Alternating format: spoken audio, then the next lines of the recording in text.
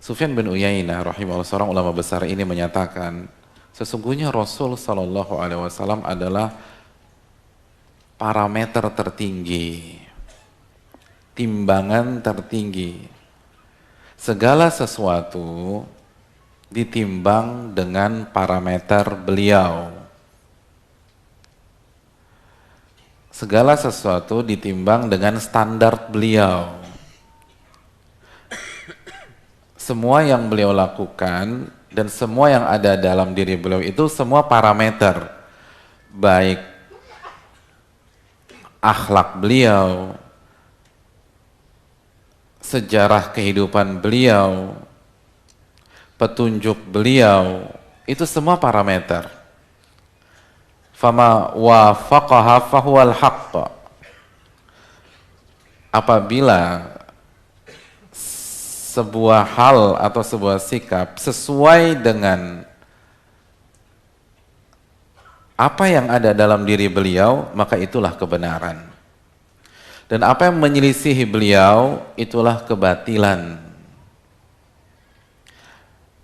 Apa maksudnya Al-Imam Ibnu Jama'ah memasukkan riwayat ini ke dalam bab tersebut?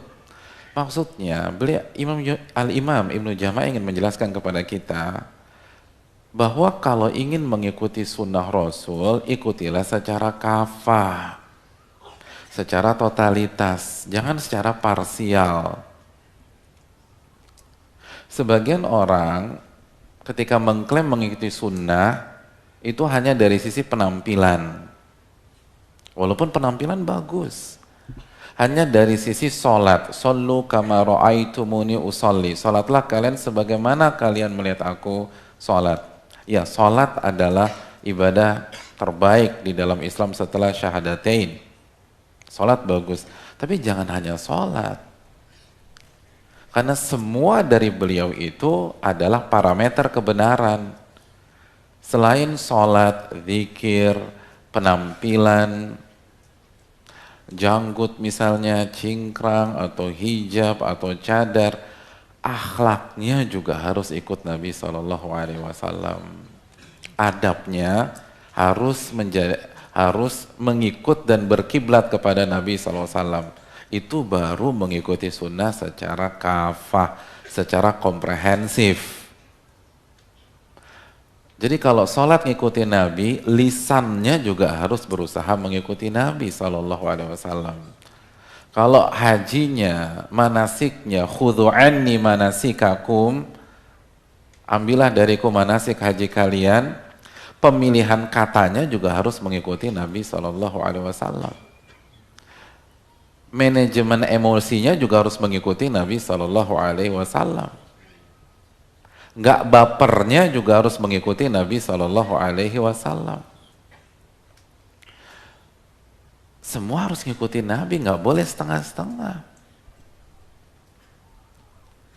Itu maksud Sufyan bin Uyainah. Makanya kan akhlak beliau, sirah perjalanan beliau, gimana sih sirah perjalanan beliau di Mekah?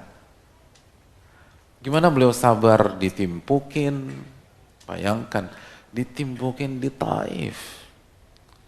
Dan malaikat siap mengeksekusi itu penduduk Taif.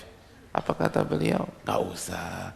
Aku masih berharap semoga dari sulbi-sulbi mereka lahir generasi yang mentauhidkan Allah dan tidak mensyirikkan kepada Allah Subhanahu wa taala sesuatu apapun. Atau bisa begitu? Kita bisa begitu, ditimpukin nih. Ya Allah.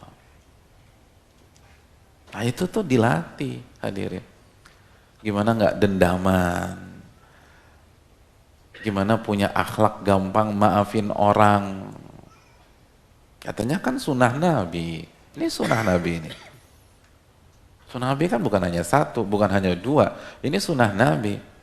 Bahkan ini sunnah Nabi yang merupakan usul ahlu sunnah wal jamaah.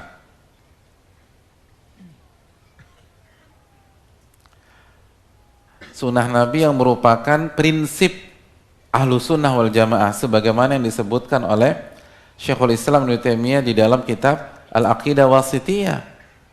Dan beberapa para ulama akidah ketika mereka masukkan akhlak ke dalam prinsip-prinsip dasar ahlu sunnah wal jamaah.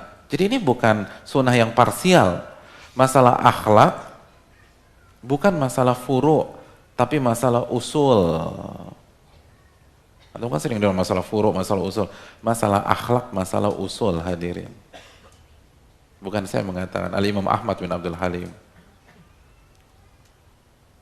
Dan para ulama-ulama yang lain.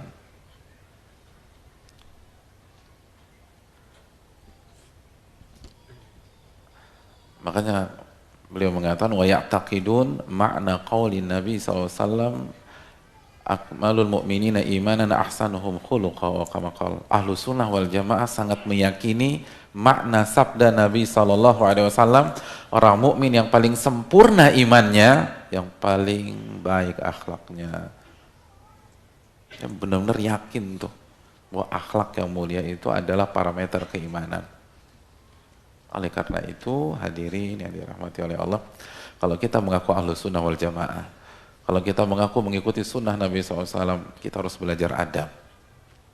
Ini masalah prinsip, masalah pokok, dan di buku ini kita langsung dengar ucapan para imam. Ini udah bukan ucapan para ustadz, ini ucapan para imam. Imam yang diakui seluruh dunia. Jadikan Nabi sebagai kiblat, sebagai parameter, dan jangan hanya dari beberapa ibadah aja, jangan hanya dari beberapa penampilan, khuluq, sirah, dan petunjuk beliau sallallahu alaihi wasallam.